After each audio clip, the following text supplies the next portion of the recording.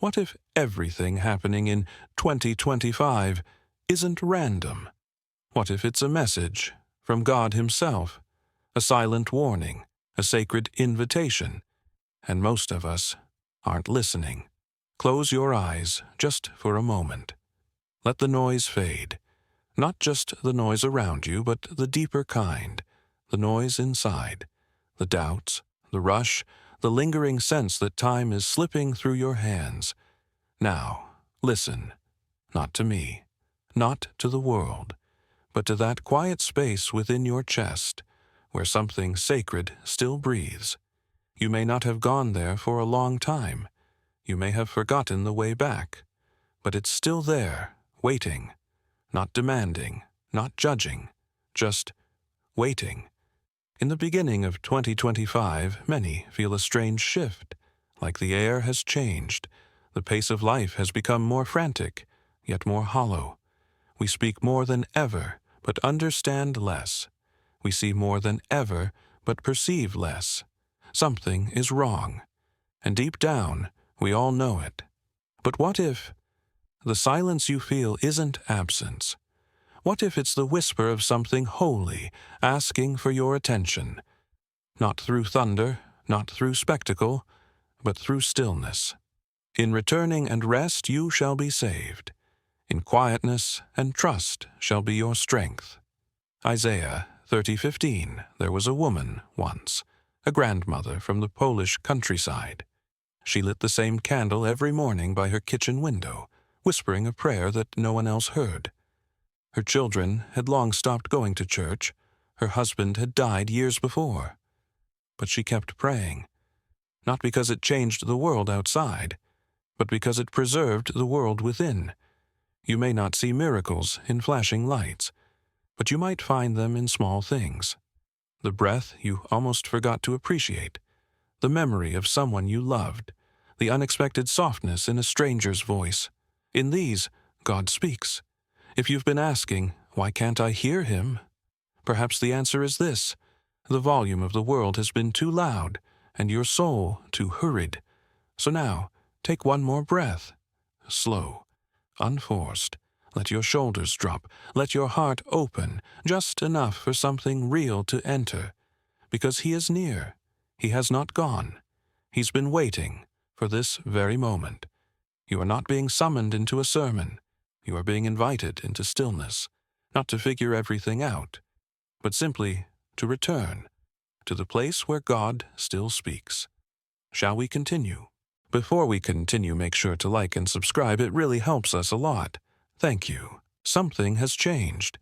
You don't need a prophet to tell you that. You feel it in the way people speak, faster, sharper, more distracted. You see it in the eyes of strangers, tired, guarded, empty, though they smile. It's in the way the news never brings good news, in the way silence now feels uncomfortable, not sacred. And perhaps it's in the way your soul quietly aches for something it cannot name. This is not about fear. It's about recognition. There is a spiritual dissonance vibrating through the air of 2025, an unease that touches both the faithful and the faithless. The world, for all its dazzling advancement, feels increasingly hollow, as if we are moving at breakneck speed toward something we cannot see. Yet throughout history, moments like these have always been pregnant with divine meaning. When the world seems loudest, God often speaks in ways we least expect, not through announcements, but through signs. Not with noise, but with nudges. In the desert winds, in a widow's tears, in the sudden silence after a storm. And when these things begin to take place, straighten up and raise your heads, because your redemption is drawing near. Luke 21:28. A man once stood on the edge of a frozen river in Krakow. The water was still, solid, like time had stopped. He said it reminded him of his life, cold, motionless, held together only by habit. Then, without warning, the ice cracked, loud and sudden. Just a fracture, but it echoed through the forest like a warning bell. He didn't fall in, but that sound stayed with him. It woke something he didn't know was asleep. Sometimes the signs we ignore are the ones that matter most. Maybe the illnesses that seem to grow more common are not just medical issues, but the body's cry for meaning. Maybe the divisions among people aren't just politics, but spiritual confusion. Maybe the loneliness that creeps even into busy lives is not failure, but invitation, a gentle shaking from heaven. God never promised we would live without trial, but He did say we would never walk alone.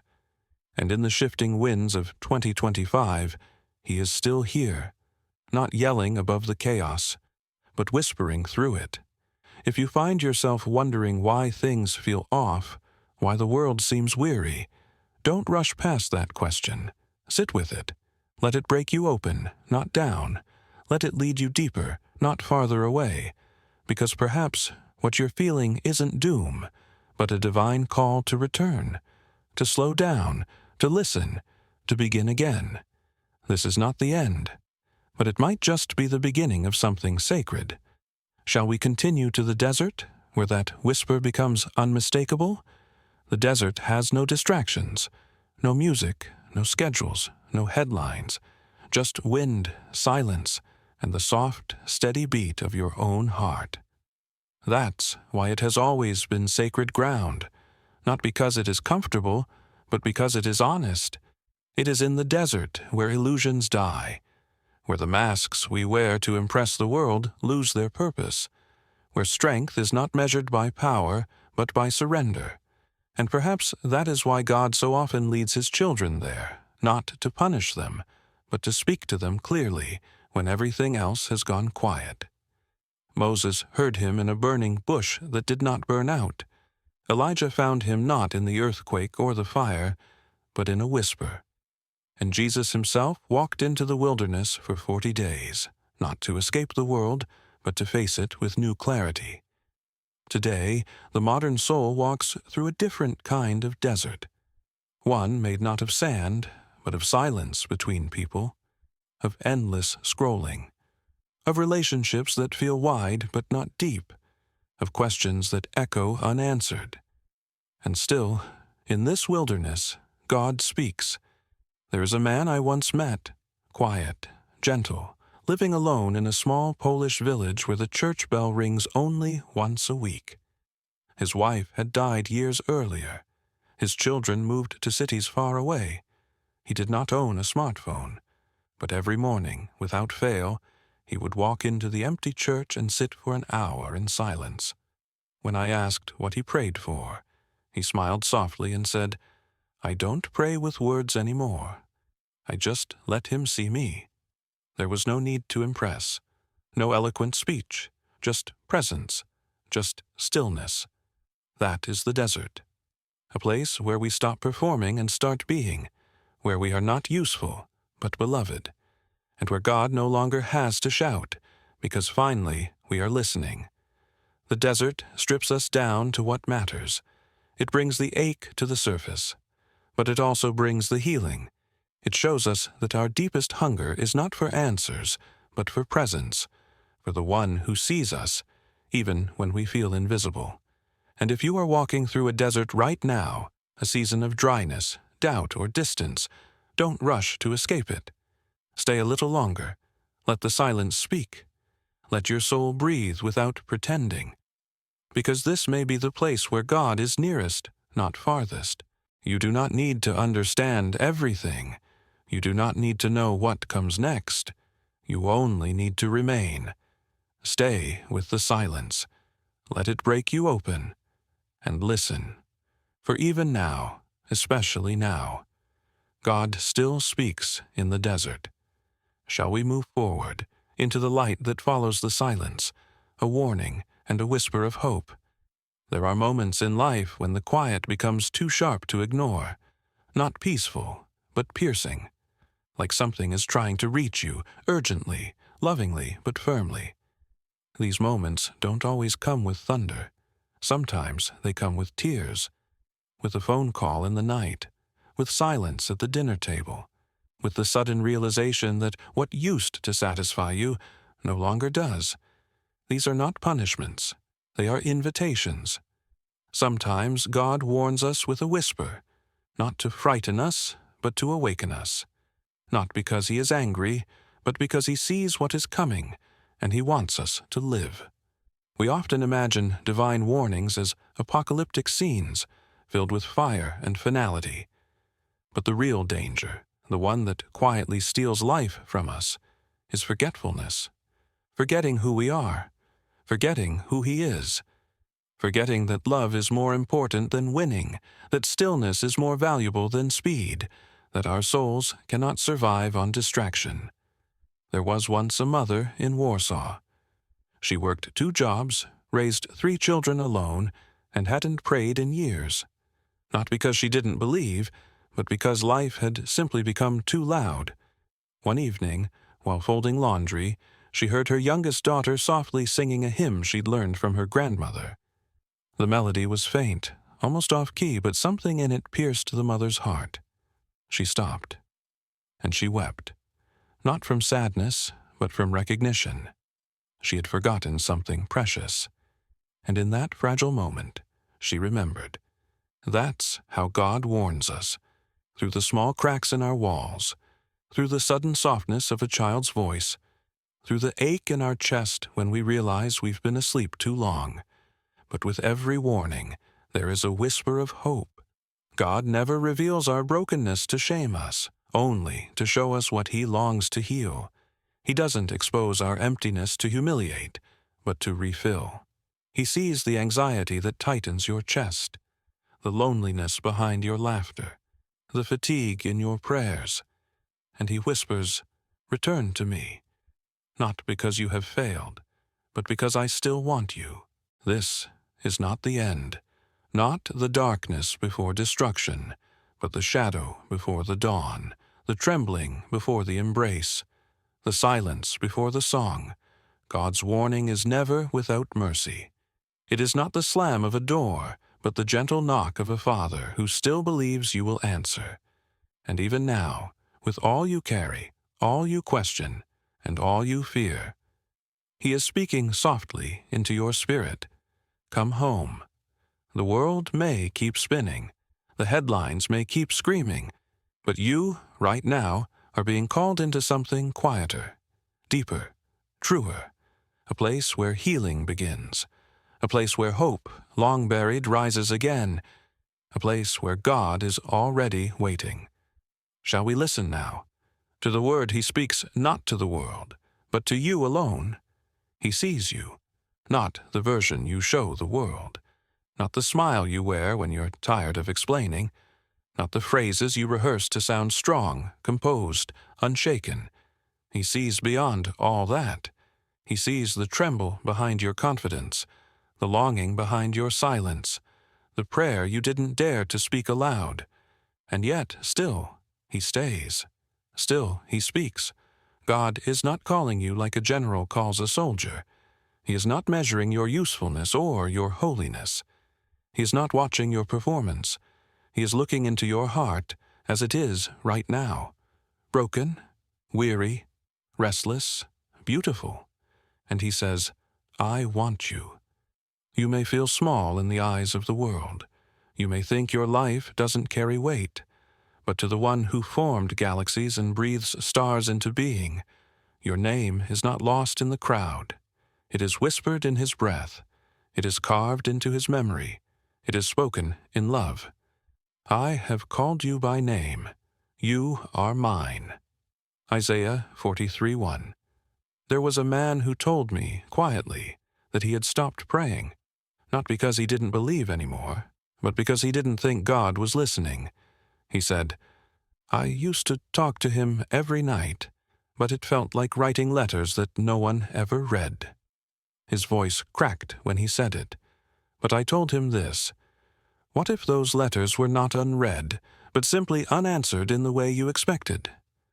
What if every word you ever whispered into the dark was caught and kept and held close? Because the truth is, God does not forget. He doesn't misplace your pain. He doesn't overlook your efforts to be good when no one's watching. He sees the tears you blinked away so no one would notice. He hears the thoughts you've never dared to share. And he calls you not because you've done everything right, but because you're still his.